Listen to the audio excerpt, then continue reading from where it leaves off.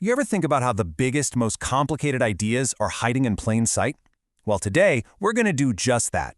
We're taking something super simple, something you probably love, a slice of pizza, and we're going to use it to unlock the entire world of economics. Seriously. I mean, you see these logos all the time, right?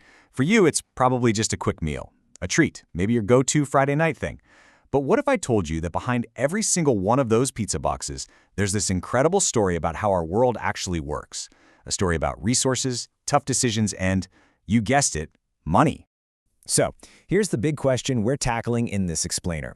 What if your pizza could explain the entire economy? Sounds kind of crazy, I know, but we're going to show you that by really understanding your pizza, I'm talking from the very first ingredient all the way to you swiping your card, you can totally get the basic ideas that make our whole economic system tick. All right, you ready? Let's break this thing down. We're going to treat your pizza like a little investigation, pulling it apart piece by piece to see all the hidden economic gears turning behind the scenes. And that whole system, all that machinery, it actually has a name. It's called the productive mechanism. Sounds a bit formal, right? But all it really means is the process of turning a bunch of raw stuff into something valuable that people actually want. So, you know, how we go from flour, water, and tomatoes to a hot, delicious pizza. Okay, so if making stuff is like following a recipe, what are the basic ingredients? Well, in economics, they call these the factors of production. And get this, every single thing you can buy, product or service, no exceptions, is made from a mix of these. And here they are, the big four. You've got land, labor, capital, and the entrepreneur. Just remember those four. They are the absolute building blocks of the entire economy. So let's take a look at each one and see how it fits into our pizza story. First up is land. Now, when economists say land, they don't just mean the piece of ground the pizza shop is built on. Nope, it's a way bigger idea. It means all the free gifts of nature. We're talking the soil that grew the wheat for the dough and the tomatoes for the sauce, the water mixed into it, even the natural gas used to fire up that oven. All of that is land. Okay, next on the list is labor. This is the human element, the active part of the recipe. And it's not just about physical work, like the chef kneading the dough. It's also the mental work, the manager scheduling shifts, the marketing team designing a new flyer. Basically, if a human is putting in effort, physical or mental, to get a reward, that's labor. And this is a great way to think about it. The idea of labor is timeless. It doesn't matter if it's someone hundreds of years ago weaving cloth on a loom or a chef today tossing pizza dough in the air. The basic principle is exactly the same. Human effort put in for a reward.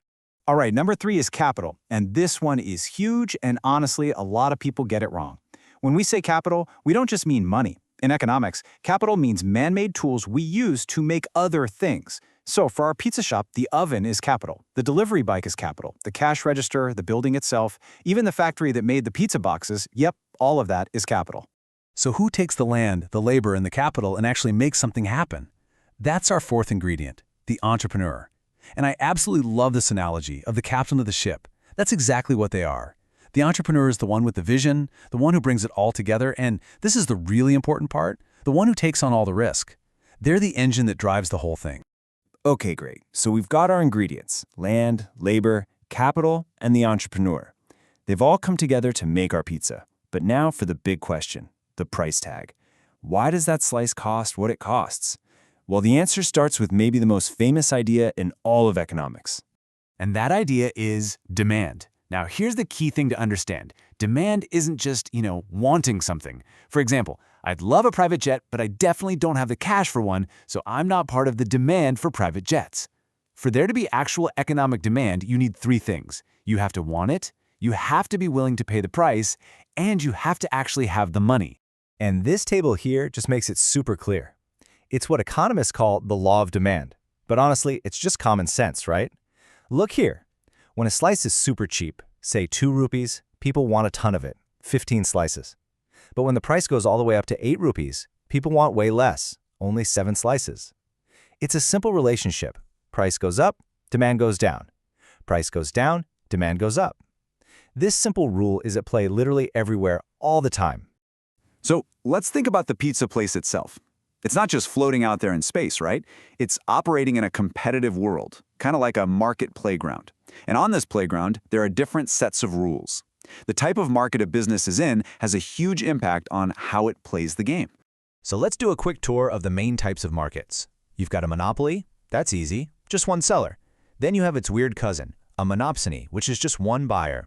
Then there's something called perfect competition, where everybody is selling the exact same thing. And then you have the one that's most important for our pizza story, monopolistic competition. And this is exactly where all your favorite pizza chains live. It's not a monopoly, obviously, because there are tons of places to get pizza. But it's not perfect competition either, because Domino's isn't exactly the same as Pizza Hut, right?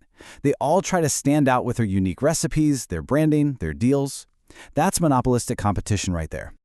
Okay, let's pull the camera back one more time. To make this whole thing work, for you to just walk in and buy a slice of pizza, there's this enormous financial system working in the background. Think of it like the rule book for the whole economy, and it covers the big stuff like banking and taxes. And in that system, you basically have two key players. First, you have the central bank. They're the big boss. They issue the currency and they're the government's bank.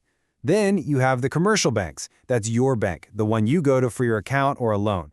So you can think of it like this. One sets the rules of the game, and the others are the players on the field with us. And then, of course, the government needs to get paid. That means taxes. You've got direct taxes, which come right out of your paycheck or your wealth, but then there are indirect taxes, which are baked right into the price of things. See that little GST or sales tax on your pizza receipt? Yep, that's an indirect tax. It's the government getting its own slice of the pie. Sorry, had to say it. Wow. Okay, so think about the journey we just took. We went from a farm to a factory to a restaurant and finally to your wallet. We've seen how all these different pieces connect, but what does it all mean for you? Well, that brings us to your part in this whole economic game. Because understanding all this stuff isn't just for a test. It's about something really important, consumer awareness. It means you know your rights, you can spot when something's not right, like unfair pricing. It's about protecting yourself. When you get how the economy works, you stop being just a passive shopper. You become an informed player in the game. And that's pretty much our journey. We started with one simple pizza and used it to uncover the 4 factors of production that made it, the law of demand that priced it, and even the type of market it's sold in. You can now literally see the invisible economic world that exists behind every single thing you buy. So I bet the next time you order a pizza, or buy anything really, you're going to see it in a whole new light. You'll see the land, the labor, the capital. You'll see the entrepreneur who took the risk. You'll get that little dance between price and demand. You know the basics now. So the only real question left is, now that you know the rules, how are you going to play the game?